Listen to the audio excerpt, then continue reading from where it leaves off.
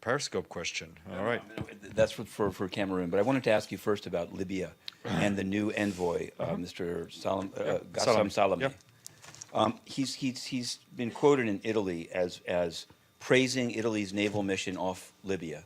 And I wanted to know, since I've asked you before, there's a lot of controversy in refugee rights circles about this mission, which is basically to back up the Libyan Coast Guard in driving ships back to land. Is this really the Secretary General's position? Is he speaking? We'll check his quotes because I haven't seen them. So before I comment on what he said, I'll check the quotes. Your next question. Okay. The next question is about your quotes. And it's about UN Habitat. I wanted to understand. Some days ago, you'd read this statement by the Secretary General praising the new study, and since it refers to something called UN Urban in quote lines, is the proposal to replace UN Habitat with UN Urban? I think this is not a replacement. This is part of the proposals that the panel has made, the independent panel has made. It will be studied and consulted with member states. It's in line with his own proposals for the reform. I think the line, it's not, what is in line is on the proposal is the fact that he is looking at a renewal and a reform of the UN development system. The exact proposals put forward by the panel will be studied.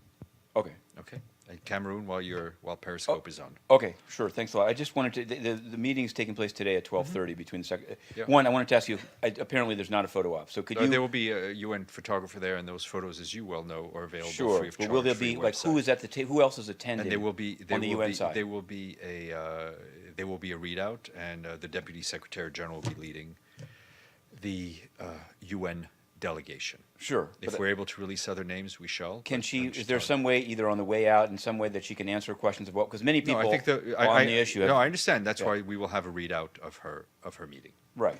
Okay. How about Yemen?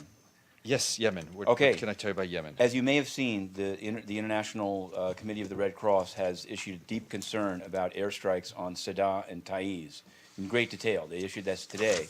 And so inevitably people wonder, given that the UN has a special envoy on Yemen, is he equally as concerned? These are well documented. I think we have the UN system through its resident coordinator expressed its concern at the airstrikes and the death of children and civilians over the weekend.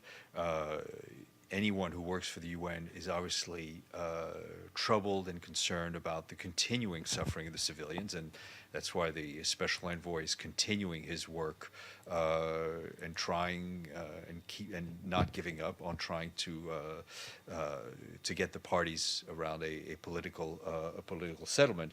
And I think if you, as I'm sure you do, pay attention to the various Security Council briefings, I think our outrage at the continuing deaths and suffering of civilians is clear. Edie. Yes, sir. Technology and the UN. When it's back to Yemen, and this came up on a few other officials, but I've been informed that the UN envoy on Yemen, Mr. Ismail al-Sheikh Ahmed, blocks journalists, including a guy, Mr. Shoaib al-Musawa, who's like the stringer for the New York Times that covers Yemen. So I'm just wondering, is there some policy from the top? I haven't seen Mr. Shoaib really, be as critical as some others are of Mr. Ismail al-Sheikh Ahmed, but is there some guidance from the Secretary General that people that are envoys on a country shouldn't block journalists that are covering that country? No, I'm not aware of any particular guidance. I don't monitor people's Twitter accounts, who they block, who they don't block, so no. But relatedly, in the DRC, and this is about the government itself announcing to telecom companies to slow down the internet so that images cannot be transmitted by Twitter or other ones. I'm not aware of this situation. But I guess what I'm wondering on that, and there's an article on it, so you could be aware of it, is does the UN, as much as you might seem like you don't monitor Twitter, given that photographs are one of the ways in which human rights violations in the Kasai and others I understand. I'm not aware of the situation. I can check. What I do want to share two things. One is the name of the woman who runs the mechanism. Her name is Catherine Marchi Huel. Messieurs, vous êtes de Cameroun? Oui, oui. La réunion? Très bien. C'était très bien? Oui, c'est quel organe c'est? Inner City Press. Ok. Oui, c'était très bien. C'est à parler de Felix Agbor Balla? Ce sont des questions?